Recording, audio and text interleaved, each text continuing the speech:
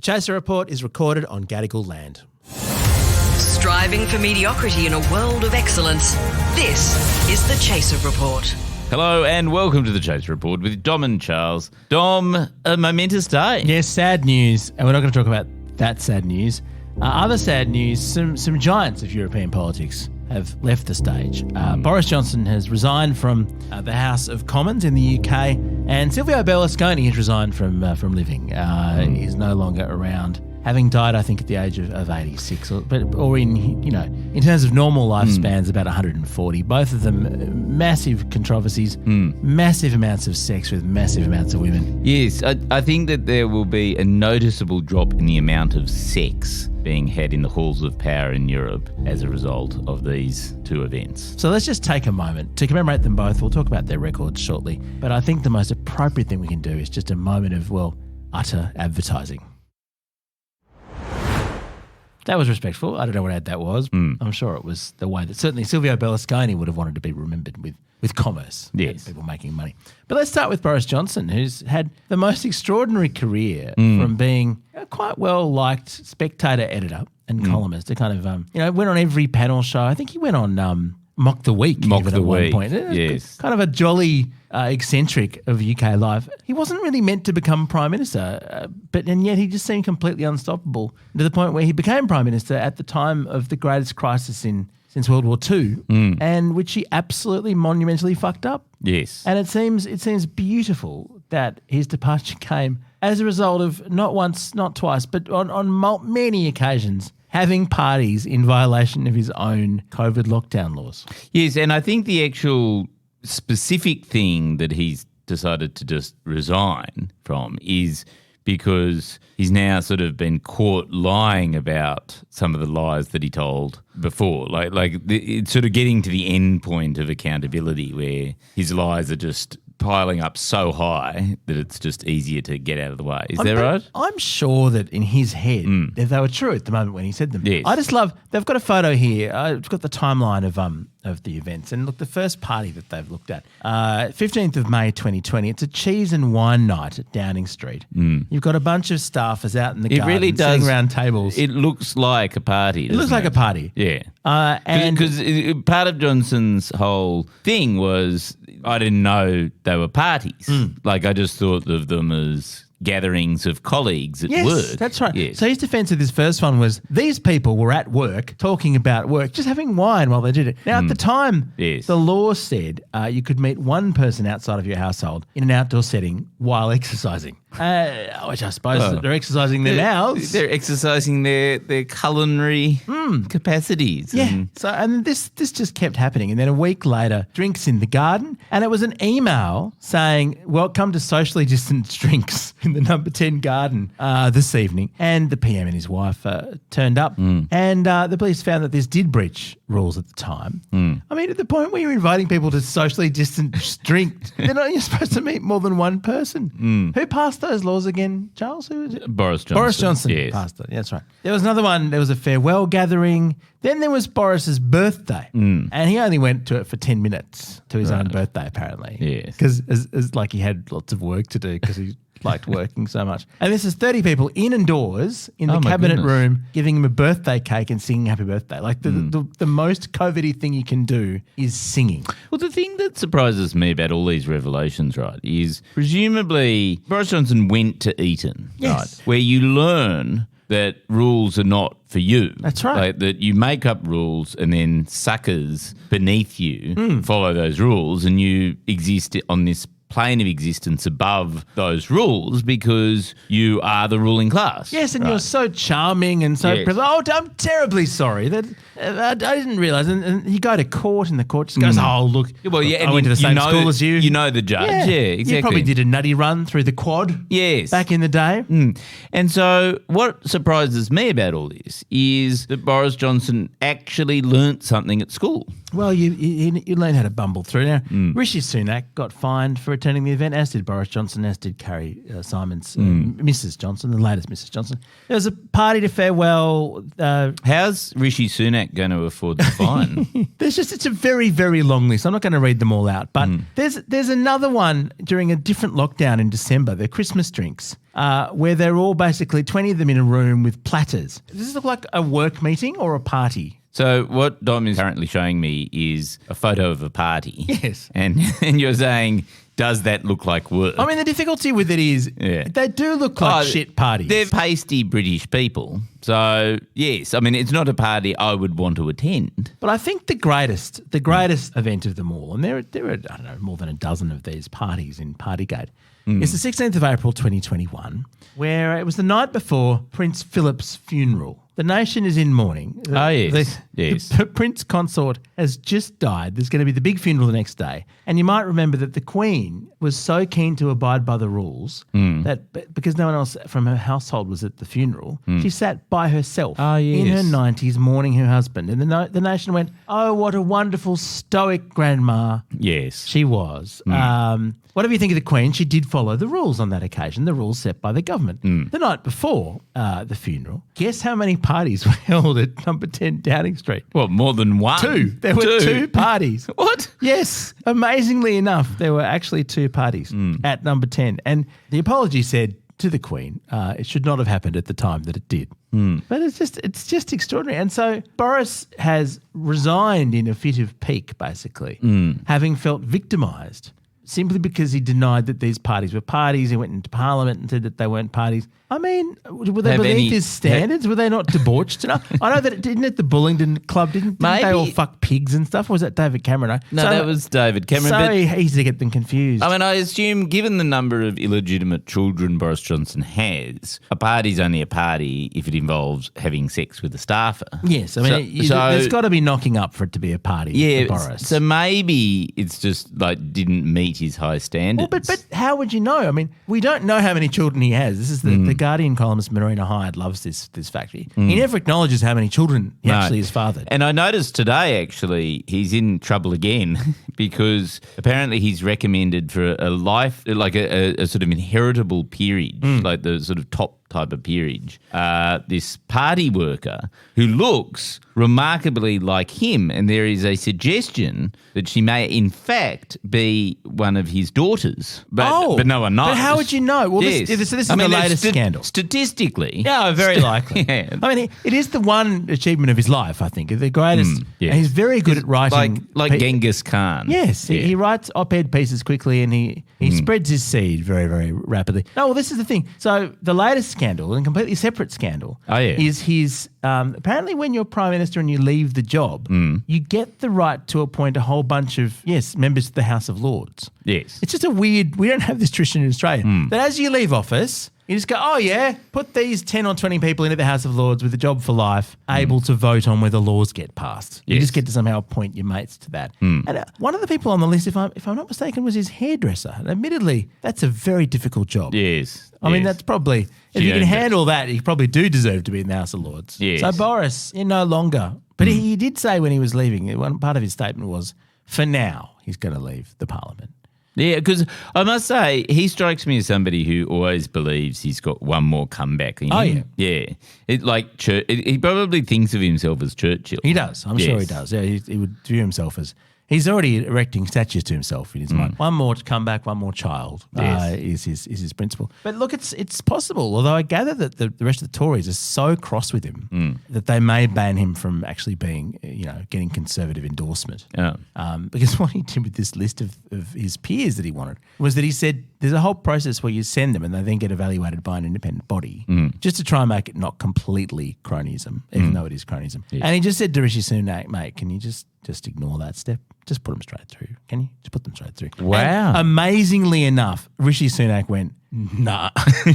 No, I actually have to keep my job. I'm not going to do that for you, Boris. I'm sorry. But look, as he departs UK politics for now, before presumably running for Mayor of London again, we should showcase his achievements because his was a momentous prime ministership, Charles. He got Brexit done. He was the one He was the one who Yes. he won the Destroyed no Britain. side. Yeah, Yes. he had the bus Yes. with saying how all the millions of dollars that was being put to the EU every single day and how it would go into the NHS. Did that happen? Remind me. No. No, it didn't. It didn't happen. But it was a good bus. Yes. It was a great bus. Yes. And then what else did he do? Oh, yes, he managed COVID, didn't he? Somehow the UK managed to have both the most lockdowns, I think, Yes. just about anywhere, and the most deaths. Yes. Yeah, And you know why? why is that? What they did, this is genius. It was when they realised that it was incredibly infectious, they decided, well, we shouldn't have old people in hospitals because the hospitals will become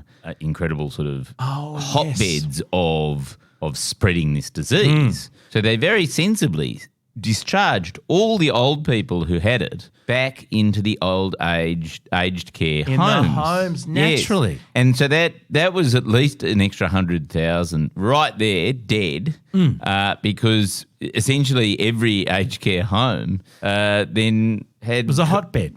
Basically. Yeah. It spread almost as quickly as Boris Johnson's DNA. Yeah. And no, I remember. I mean, that they did manage to protect the hospitals for a time. And remember Yes. what they did was the nice thing. They clapped. They clapped. Do you remember they all Yes. clapped the NHS workers? Yes. They didn't really help them in any meaningful No. way. They didn't pay them properly. They didn't give them decent working It conditions. was But they did almost, clap. I think it was a sort of, at least from Boris Johnson, a sarcastic clap. Yes, it was. Yes. It was an ironic clap. Yes. And then he gave them the clap. probably Yeah. as well. So Boris is no longer. I mean, I always remember Boris. The image for me, and I don't know if I've said this on the podcast before, but the image to me that typifies Boris, and I love the footage more than any other footage from the UK in the past 30 years or so, is where he tried to celebrate the London Olympics, which he helped to organise, presumably, or just sort of took credit for. And he comes in on a zip line. Yes. And he's got a helmet on, he's got a UK flag in a Union Jack in each hand, dangling. And he just gets caught, suspended in midair. Somehow he's too heavy to get to the end of the zip line. And he just sort of dangles in midair, doing absolutely nothing, waving the flag and looking like a tit. Very symbolic. But presumably during the course of the zip line, he managed to knock up a few women. Yes, that's right. There you go. The Chaser Report. More news, less often. So farewell to him. And look, speaking of sex, Silvio Berlusconi, it's tempting to remember him just for the bunga parties, the sort of outrageous sex parties where he had sex with an underage sex worker and so on, and then lied and paid her off and all this sort of stuff. But he did so many other fucked things as well, and I think it's important to remember what they all were. What I loved about the tribute on ABC Radio this morning to Silvio Berlusconi was the amount of surprise that they had over just how little time he spent in jail, given how many terrible things he did over the... Like, he got into trouble quite a lot. He did. Because he was quite corrupt as well. Absolutely. Yeah. Well, not technically not, Charles, because what he did was, and this is that's his right. masterstroke, Yes. was that he would change the law. He abolished corruption. So that the thing Yes. that he did that was illegal Wasn't not illegal. illegal anymore. Yeah. That's a perfect example. He's being buried in this absolutely ridiculous giant underground mausoleum at his villa. Yes. Where apparently there's a giant kind of plaster models of mobile phones and money and stuff he wants to take with him into the afterlife. And they've got enough space there for 30 or 40 lovers as well as himself. But that was illegal. Building that mausoleum was illegal until his party changed the law, so it wasn't. Yes. And that's just a great way to run a country. Yes, yes. He was very innovative in many ways. Probably his biggest achievement, I think, was finding out a loophole that let him basically own commercial television in Italy. Yes. While also then running for office. So he controlled the media and the country, which is always just a great thing in a democracy. And the football team. Oh, of course, AC Milan he owned as well. So he owned the most popular football team and the commercial TV. And the name of his party was Forza Italia, which is the cheer that AC Milan fans cheer. Well, for it's for the national team. For the national team, right. At the World Cup, Forza Azzurri means go Blues. So Forza Italia, go Italy. Basically, Yeah. that was probably the extent of his kind of political vision. Yes. Just yay, and I'm going to own everything and get lots of money. Yes. There's this amazing story about him giving Colonel Gaddafi billions of euros at one point for stopping people arriving on boats. He was Vladimir Putin's only friend. Apparently, the only person who actually liked Vladimir Putin, and apparently sent him a bottle of wine quite recently for his birthday. Even this year. Yeah. Even this year. I think he was still a senator. They could never Oh, get yeah, rid of him. he was always on the cusp of a comeback. He was always going to, and I think actually his party, I don't think it's called Forza Italia anymore, but is starting to thrive again. It's in power. Yeah. I mean, he's not part of it anymore, I don't think, but he's certainly still there. Yeah. He's not there. He's dead. He's dead now, but he was in the Senate, but he had waned somewhat. Yes. And he was kind of hobbling around and stuff, but still having sex, I'm sure, with sex workers. Yeah. Do you think in the same way that in England, as you leave office, you can appoint House of Lords, is there any sort of thing in Italy where when you leave this world, you can appoint people to, I don't know, come with you to the House of Lords? I would think, the House of the Lord in the sky? Somehow it'd be some sort of celestial sex party. Right. There's a great story about him when he owned AC Milan. He owned another club called Monza.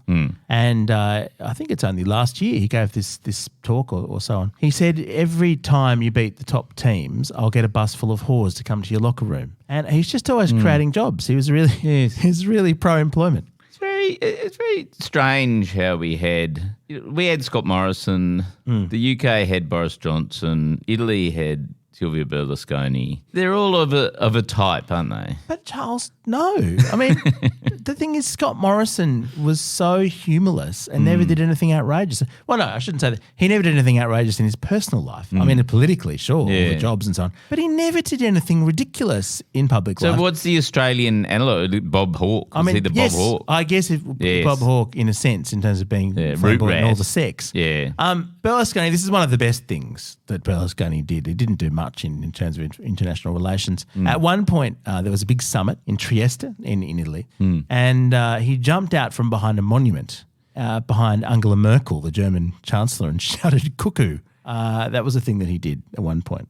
Played a hilarious practical joke on Angela Merkel, who I think probably wasn't subjected to many practical jokes during her life. No, I suspect she wasn't. And I suspect she would have just sort of nodded sagely and seriously. And yes, he also pissed off the Queen, which is quite fun, because he was shouting at a summit, shouting, "Mr. Obama, Mr. Obama." And she turned around and said, "What is it? Why does he have to shout?" And, I mean, he just did. That was just the way he lived. He lived loud. He loved loud. And he absolutely fucked Italy up for a long time with massive levels of corruption. So what a life. Yeah, but to be fair, Italy was corrupt before Silvio Berlusconi. He wasn't an unusual example. Yeah. I mean, he just did it better. Yeah. I think he was Prime Minister longer than anybody post-war. Oh, yeah. Since Mussolini, who he liked, by the way. He really liked Mussolini. He said Mussolini never killed anyone. So, with all the deaths this year, 2023 is not turning out too badly. There's been a lot of deaths. You've had George Pell, you've had Rolf Harris, you've had Silvio Berlusconi. Yeah, it feels like there have been a lot of major deaths recently. Yeah, I feel like there was a couple more pedos. There have been a few. Yeah, I mean, we had Ghislaine Maxwell got convicted this year, didn't she? Well, I presume that the death is imminent. I presume whoever did Jeffrey Epstein will get to her too. Yeah, Prince Andrew. It's not a bad year. It's been an interesting year. Yeah, good. I mean, Boris Johnson, I presume, will just carry on for decades. He's got many more children to father. Oh yeah. Well, isn't there? I'm pretty sure one of those sexually transmitted diseases, I think it's syphilis, is the one that actually wards against other diseases. Oh, that's great. I think they now use syphilis in the treatment of MS, what's it called? Multiple sclerosis. Yeah, so there's no chance of Boris getting that. I'm pretty sure they've now come up with these sort of counter-viral treatments where you sort what of use a petri dish he must be. Yeah. And every child he fathers would just have this amazing inheritance of resistance to everything. That's right, exactly. Yeah, so there you go. Two absolute fuckers. One dead, one resigned. That's the latest from Europe. Our gear is from Rode. We're part of the Iconoclast Network. See you next time.